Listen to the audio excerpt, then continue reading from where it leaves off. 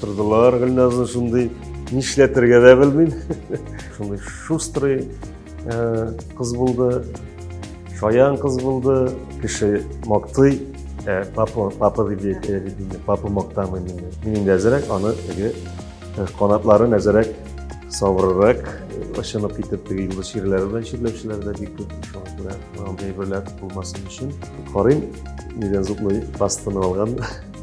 Микрофон урынына тотып, «Йөк, кызлар!» дип әле ул вакытта кнопочный телефон шунда төшереп калдырган записи да бар әле ул минем. Менә аларның гаиләсендә яңа әти барлыкка килгәч, сездә көнчелек булмадымы? Шуннан да өйләнгәндә дә менә Гөлназ кызымның роле зур булды. Шулаймыни? Айгөл апасы минем тормыш иптәшем Айгөлгә очраштырдым, мине таныштырдым. Гөлназга ул вакытта 10 яшь иде. Айгөл апа бүген бездә кунсын әле.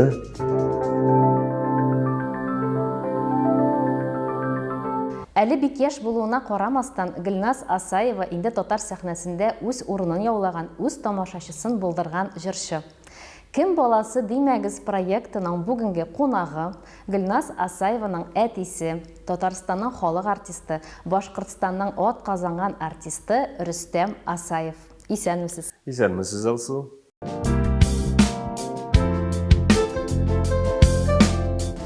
Рөстәм, әле 4 бала әтисе дип тә әйтергә онытканмын. Бүгенге көндә сез аралары шактый зур булган, төрле булган 4 баланың әтисе. Гөлназ, Мөслим, Әминә һәм бәләкәй Хәбил. Улларыгызның исемнәре бигрәк тә үзенчәлекле һәм сирәк. Аларга кемнәргә багышлап куштыгыз исемнәрне? Улым миңа килгәндә инде, олысына Мөслим, улым инде ул әлбәттә Магомаевка багышланган исем булды. Аңа Мөслим Магомаевка ижатына гашык кеше буларак, кумирым буларак куштым.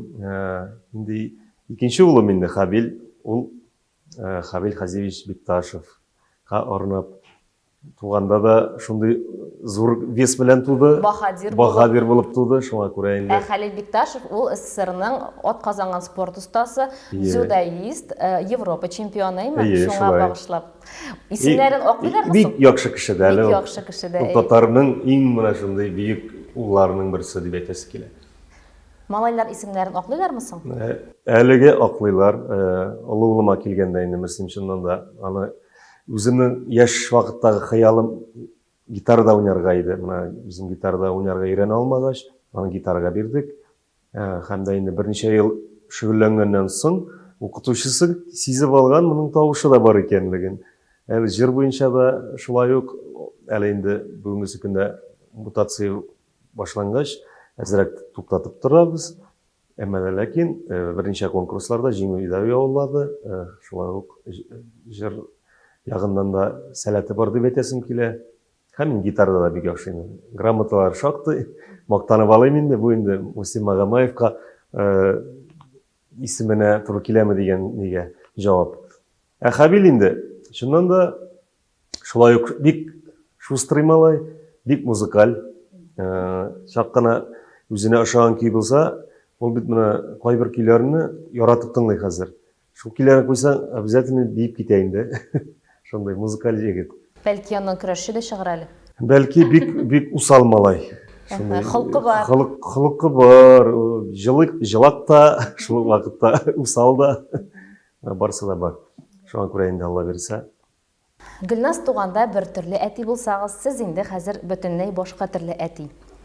Менә Гөлназ тугандагы Рөстәм нинди әти иде? Сез ул вакытка бу яңа статуска әзер идегез микән? Бик яшь булгансыз әле. Гөлназ туганда, әлеге Гөлназның яшенә караганда мин 5 яшькә яшьрәк булганмын. Бу инде сәнгать училищесын тәмамлаган ел. Июньнең 2-се кызым туды. Июньнең 8-е диплом алдым. Сәнгать училищесында 9 июньдә роддомнан алдым Гөлназны. Менә ул чыннан да ул вакытта бала инде, баланың баласы булганмын инде. Теге ничек дип әйтим, аңламаган, минем сеңелләрем, энекәшләрем булмады. Мин төпчек малай, миннән соң яшь балаларны мин не признавал, русча әйткәндә. Ул вакытта юк. Һәм инде роддомда миңа туттырдылар Гөлназны шундый нишләтергә дә белмим. Беренче күрүм шул булды. элек бит инде хәзер 2-3 көндә чыгаралар. Элек бына атналар буе тотканнар инде, димәк, 2сеннән алып 9-на кадәр шактый вакыт узган. Хәзер инде сез тәҗрибәле әти, инде икенче төрле. Әйе, шулай инде олы улым туганда да икенчерәге уже, чөнки 10 ел вакыт ул Олыгайта. Әйе, шуңа күрә.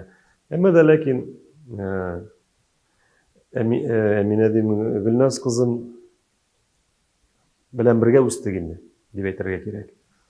Аның кызыклы вакытлары бик күп булды. Ул бала чактан ук шундый шустрый кыз булды, шаян кыз булды һәм бик музыкаль. Ул җырлавы да аның тиккә генә түгелдер. Балалар кебек мультфильм карап утырмады ул. Ул бары тик әле бит видеокассеталар була иде. Шул клиплар, концертлар. Ул кассета бит 1-3 сәгатьлек вакыт була иде. Ул аның бер гадәте бар иде, уйнап беткәч кассета кирдән әйләндереп, артка яңадан башлыйдыр инде. Менә шулай көннәр буе карарга мөмкин иде. Шуңа күрә 3 яшь вакытында, 3 яшьтә булдым икән, әнисе белән без мәктәптә бер чакыру, очрашу кичәсе оештыралар иде. Әти белән әни дә бар иде, алар да җырлады. Һәм Гөлназ утыра тамашачы янында, без инде әнисе белән дуй җырлыйбыз. Шул вакытта йөгереп кенә менде дә Гөлназ, микрофонны миннән тартып алды да, шул җырны дәвам итте. Шаккаттым мин шул вакытта. Аны хәзер хәтерләмиләр бер кемдән. Минем хәтеремдә калды менә шул кадәр. Минем бит ритмнан да чыкмый, сүзләрен дә белә. Бул җырны димәк белгән дигән сүз инде. Менә беренче чыгышы шулай булды сәхнәдә. Гөлназ яшьтә 3 айдан әбисе, бабасы янында авылда калып, һәм мәктәпкәчә яшьтә алар белән үскән. Моның үзенең начар ягы да бардыр инде, яхшы яклары да бардыр. Ул менә үзенең социаль челтәрләрендә булай дип яза: "Мин әти-әниемә бик рәхмәтле, әмма минем йөрәгемдә нәнәй белән карт әтәй" ди. Әби, бабай тәрбиясе сизеләме Гөлназда? Әлбәттә, ул инде шулай ук авылга мәхәббәт, әбисенә, нәнәсенә, инде безнеңчә нәнәсенә, картатасына. Әлбәттә, ул яшьтә 3 ай гына түгел. Ул беренче көндән ул безнең райцентрда туды. Шуңа алып кайттык авылга, авылда үсте инде ул. Әнисе белән тордылар, яшьтә 3 айга кадәр аннары инде әнисе укырга китте бит инде, шулай калды. Әлбәттә, киткәндә җылап калулар инде, анасын, әни инде күршеләргә алып китәдер, отвлекать итеп дип әйтик. Менә шул вакытлар. Һәм инде яшьтә 3 айдан әткәй яслегә йөртә башлады, машинага утыртып, менә шулай шушы хатирәләрне Гөлназ исендә инде аның. Кадерле иркә бала булып курчак кебек үскән аларда. Яни һәман теге искә ала инде. Садиктан кайтады, өйдә бит инде бөтен ризык бар. Холодильникны бер ачады, бер ябады, бер ю ашарга. Не кызым, бөтен әйбер бар. Хотя бы шуп стою, дип әйтәде. Шундай иркә һәм дә шул вакытта шаян кыз иде инде.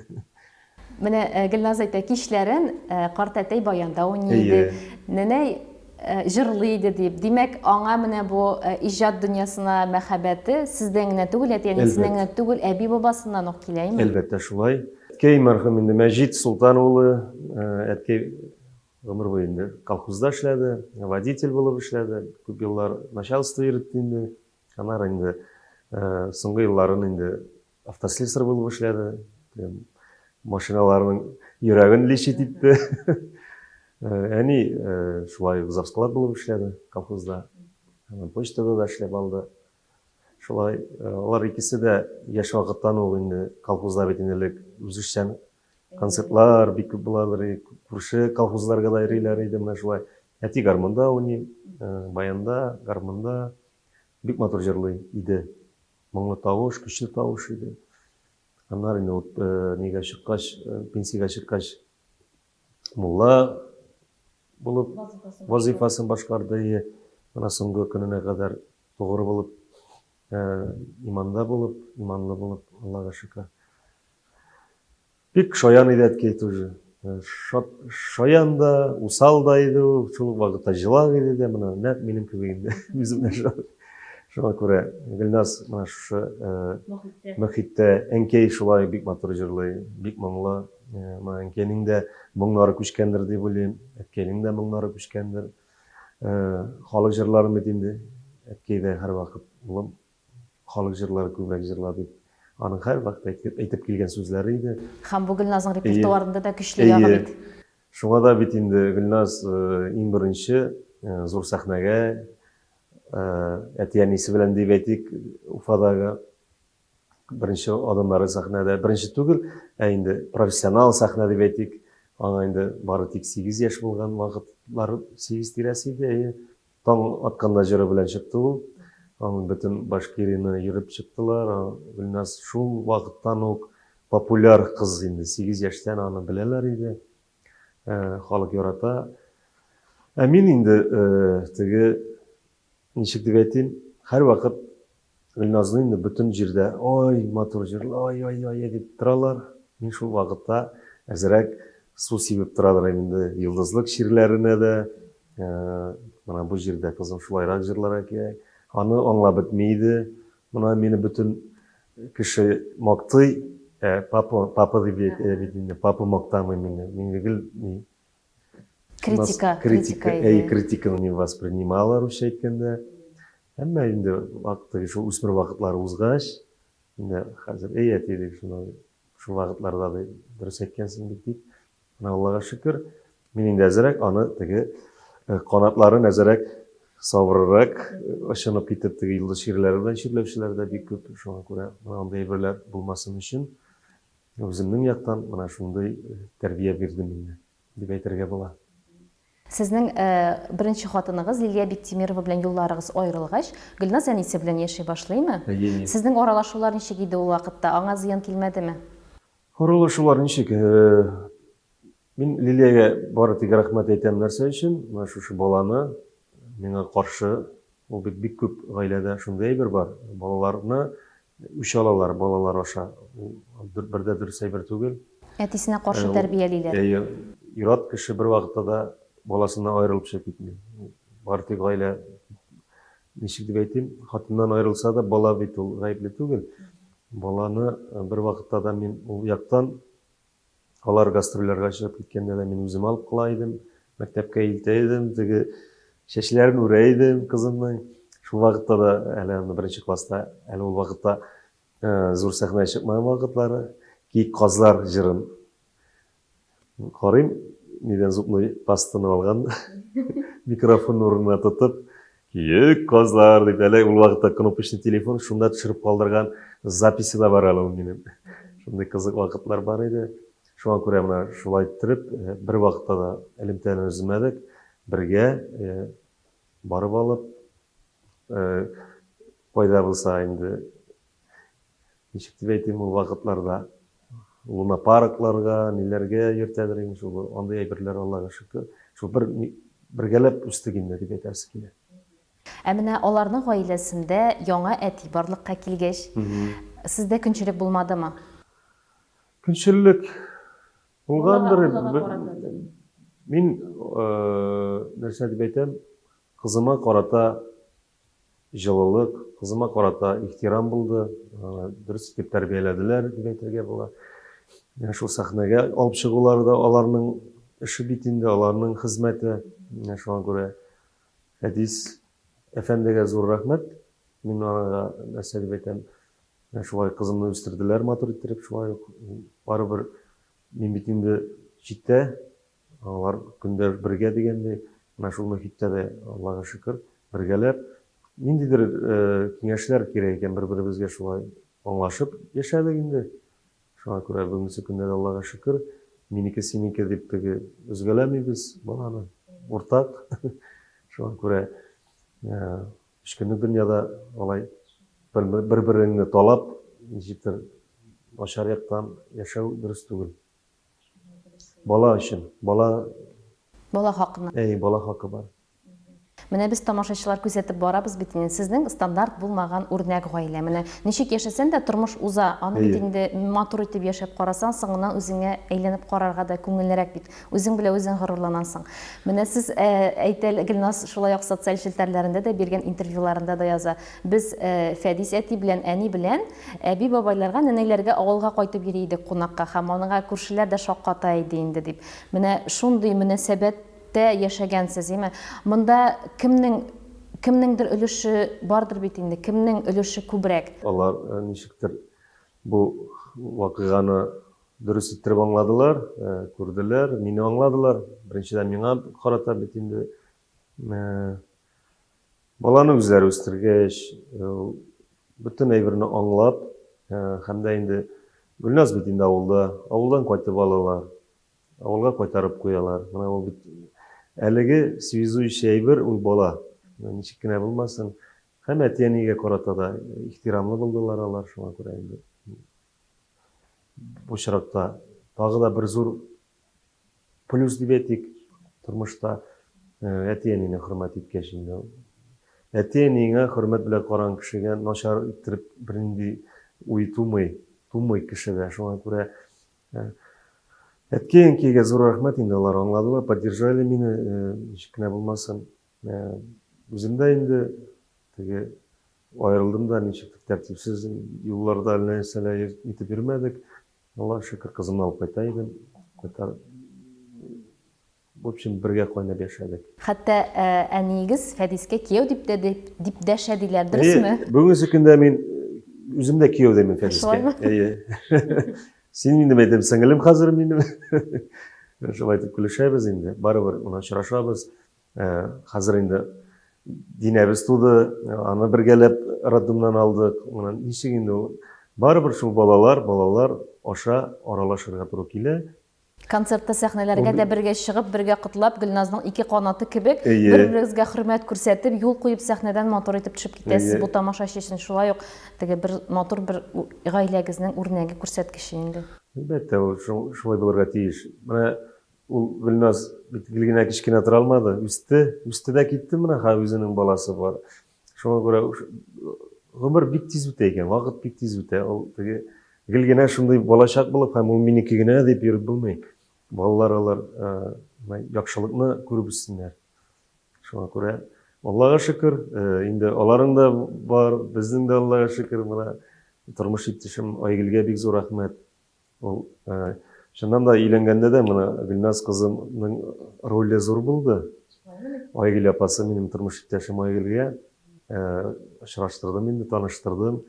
Гөлназга ул вакытта 10 яшь иде.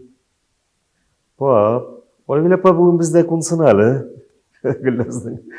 Ошатты Айгөл апасын. Аллаһка шөкер, менә бүгенге көндә дә Айгөл дә киңәшләрен бирә. Киңәшләшеп, менә шулай дусларча яшәүләре миңа бик күңелле, бик рәхәт. Шуңа күрә ул яктан да Аллаһка шөкер. Гөлназ шулай искә ала, әти белән эшкә бара идем һәм операга мөхәббәтем минем шунда барлыкка килде ди. Менә эшкә алып йөридегезме аны? Әлбәттә, опера театрына барадыр. Ул инде гримеркада булган парикларны да киеп карый иде. Бременский музыканты дигән спектакльдә катнаша иде инде. Каникул вакытларында. Трубадур булыпмы? Трубадур да, эт булып та беренче роль.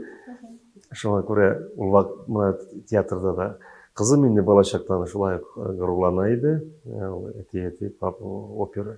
Бүгенге көндә пап операда җырлады бу кызым инде мине опера җырчысы итеп күрәсе килә. Ләкин менә вакыт үз корректировкаларын кертә, тормыш, Аллаһка шөкер, рәхмәтлемен язмышка, шулай икән. Казанга алып килгән өчен язмышка бик рәхмәтлемен.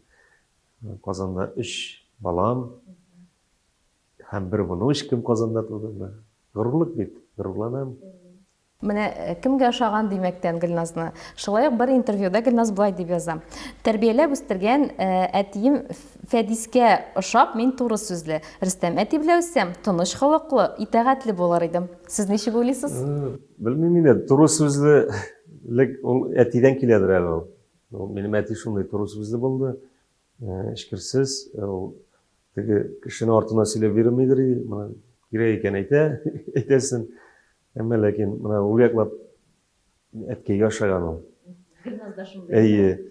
Мин үземне бик тыйнак дип тыйнак инде, әмма ләкин мин кызу шулай ук, кызулык бар.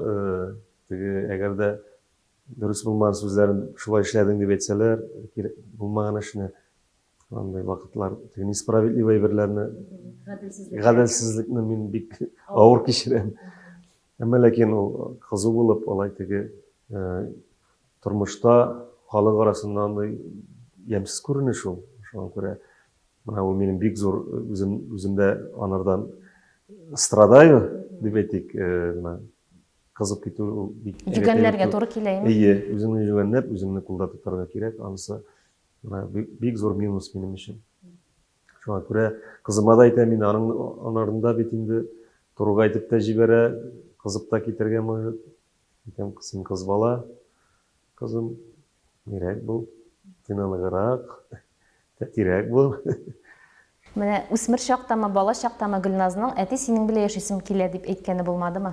Бала чага бит инде ул төрлечә, әле булай, әле булай. Үсмер чакта бигрәк тә. Ничек дип әйтим, кызым һәрвакыт үземнең янында булды инде. Казанда да бит, Аллага шөкер. Күбенесе көндә Казанда горурланам. Кызым һәрвакыт мине аңлады. Ул һәрвакыт әйтәм бит, әти илән инде, пап дигән әти дими. Пап илән инде, пап илән инде. Бер үзең яшәмә инде дип шулай итеп, мине таки иләндерде. Һәм бик уңышлы өйләндергән. Әлхәмдүлиллаһ, шөкер, Аллага шөкер, бүгенге көндә. Әниләре, сеңелләре бар. Әминә кызым да апасы белән бер бик охшашлар. Гадәти дә, төскә дә, бик удивительный бер. Шуңа күрә исән сау булсыннар инде балалар барысы да. Менә вокалга килгәндә, Гөлназ вокал белән кайда шөгыльләнде? Аның укытучылары кем иде? Вокалга килгәндә, мин укыган, әнисе укыган укытучыда Фарзанат Сагитова да укыды. Уфада укыды. Менә укытучының безнең Фарзанат кулының шундый яхшы ягы бар, ул табигатькә тими. Күп укытучылар бер калыпка салалар. Һәр кешенең үз тембры, үз манерасы бар. Менә шушы яктан килгәндә, Фарзанат кулны бары тик аның табигатын гына үстереп, менә дөрес юлга салды дип әйтәсе килә. Бик зур рәхмәтлемен аңа. Безне дә тәрбияләде. Менә инде кызымны да. Уйлазым, шул табигый бала чагыннан килгән ни бар инде. Моңы бар, үзенең тембры бар. Бары аны танып була. Радиода җырласа да, шулай булырга тиеш. Һәр кешенең үз тембры, тембр окраска голоса дип әйтелгән русча. Шуңа күрә. Димәк, бу күбрәк табигатьтән бирелгән талантмы, әллә укытучының менә бу Гөлназның хезмәте һәм укытучының аңа салган белемнәреме? Әйе, табигат күбрәк роль уйный, әмма ләкин ул табигат материал бит инде ул. Аны бузарга да була. Аны дөрес иттереп эшкәртергә дә була, үстерергә дә була. Шул вакытта укытучының зур хезмәте шул инде. Не вредить, дөрес иттереп алып бару. Гөлназ белән бик нык горурланган чагыгыз кайчан булды? Кайсы дип әйтер идегез? Менә шул вакытта мин аның белән бик горурландым дигән чагыгыз. Күп булгандыр инде ул бәлки, ул бит инде хәзер. Мин аның җырлаганыннан сокланып, ох, дип, теге нитеп ошонып китә торган вакытлар булма. Мин бит инде барыбер белгеч буларак карыйм, миңа җырчы буларак барыбер теге жюри титә башлыйсың. Дулкынланасың бик каты. Менә беренче чыгышлар кызымны монда Казанга алып килдем. Проектлар, берничә проект булды. Теге балалы, әтиле балалы, шундый дөресен әйтим. Анда әниләре дә җырлады, әтиләре. Шул проектта дулкынланасың. Кызым өчен дулкынланам, үзем өчен түгел. Ул икеләтә нагрузка дип әйтик. Авыр шул вакытлар. Горурлану инде менә, Аллага шөкер, матур итеп кияүгә чыгу. Шәхси тормышы беренче урында димәксеме? Шуның өчен горурланасыз. Кыз бала өчен иң бәхет менә гаилә корып, бәби әни булу. Мәни булу белән мин бик горурланам, Аллага шөкер. Шундай ук бик шустрый гына бер кызыбыз бар, Леночка. Бүгенге көндә мынау хатын-кызга иң зур ул профессия түгел, әни булу. Аллаһ Тәгалә шулай яраткан хатын-кызны. Әни булу ул барыбер олы бәхет кыз бала өчен. Гөлназның беренче тапкыр гашык булганын беләсезме? Сезгә андый серләрен сөйли идеме? Бір қызық Гүлназ сыр тұта алмайды ол. Или ничек деп әйтейін, хәзер шул икенче хатыным белән йөри торган вакыт, отпускка кайткач инде, хәзер җибәрмәй бит мине Гүлназ. Капка төбендә тора. Беләм, син кызлар янына барасың, көнләшәләр инде, икенче кыз. Юк, кызым, әйтәм, мин бит нәнәңә әйтмә. Мин бит мәйтәм райцентрда кибеттә охранга кердем, эшкә мәйтәм, акча кирәк бит. О, түлке мәйтәм нәнәңә әйтмә. Ярый, пап диде. Мин инде китү белән йөгереп кереп, әни ышанып беткән хәзер.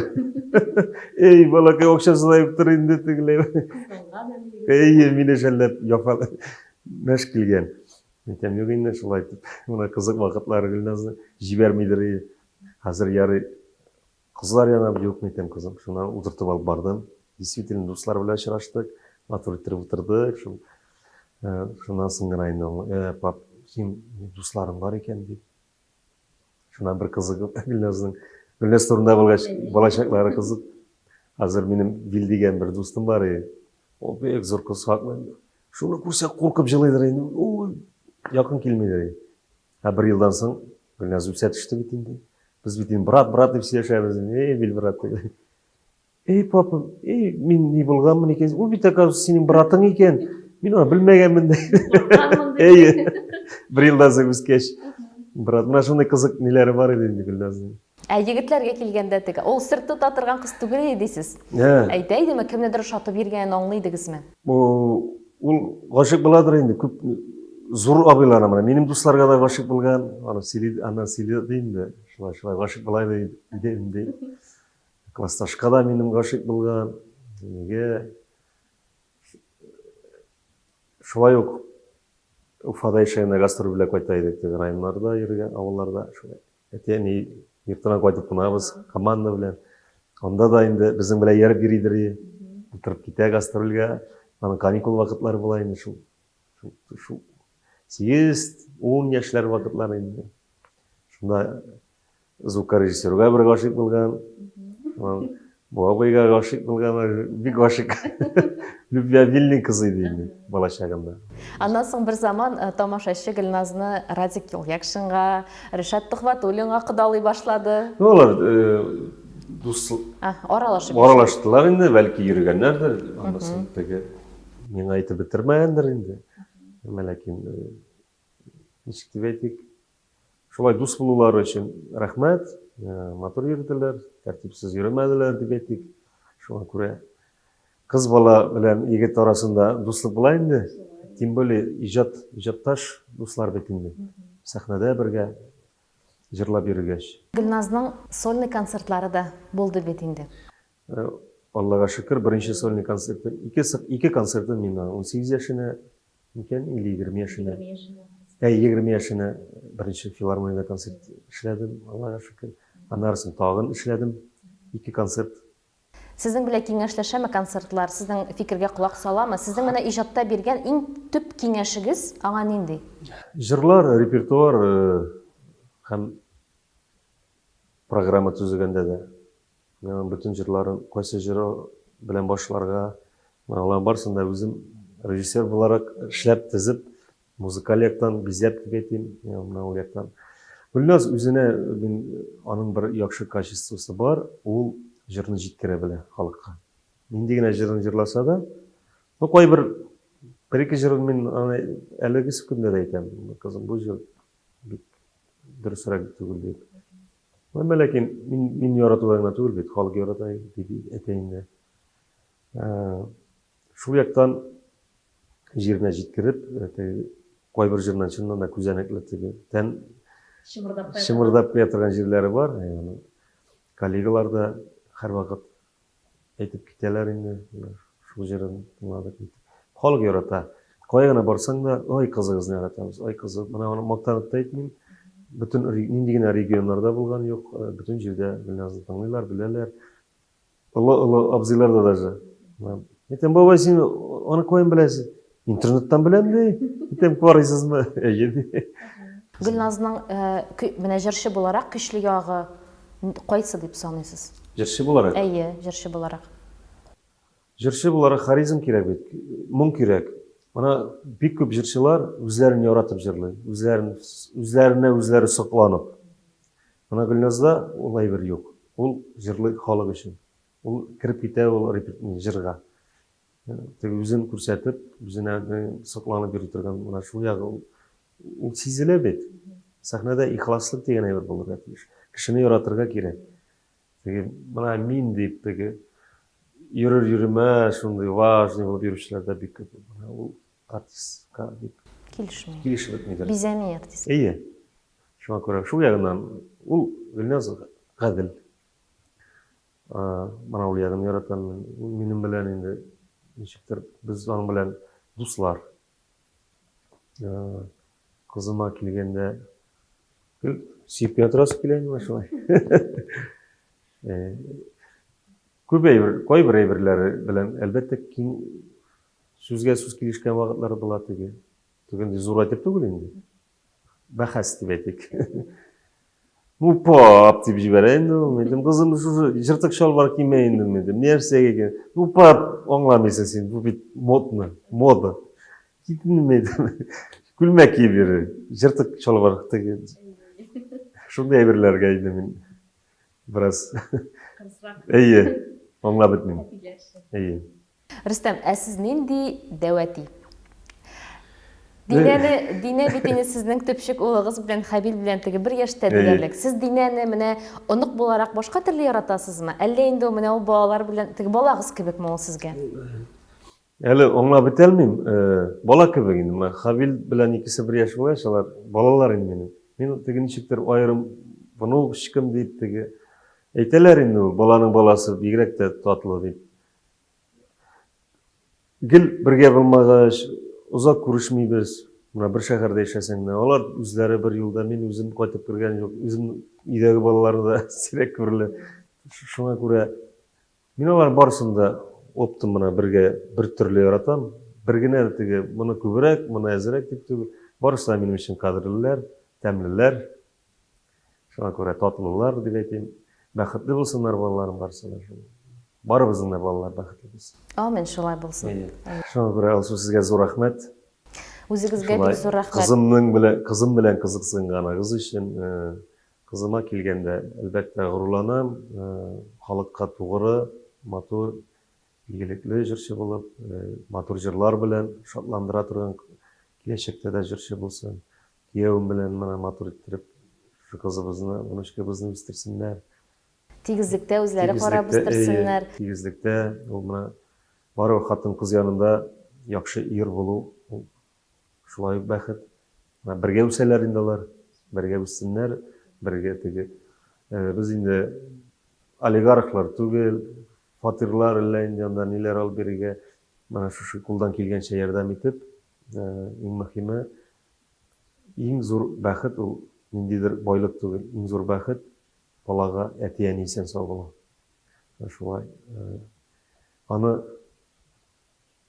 исән чакларында аңлап бетә алмыйбыз. Ничектер, я инде мин дип шундый тормышта яшәбез. Ярар инде, байтырбыз әле, өлгеребез, юк икән, алай түгел. Бүгенге көннең кадерен белгән кирәк. Сезнең Асаевлар нәселендә әле киләчәктә без тыңларлык, без сокланырлык, шушылай ук герой итеп чакырырлык балалар үссен. Әле без мөслимнәрне, Хәбилләрне, Әминәләрне дә менә шушылай Гөлназны кебек искә алып сөйләргә насыйп булсын. Амин.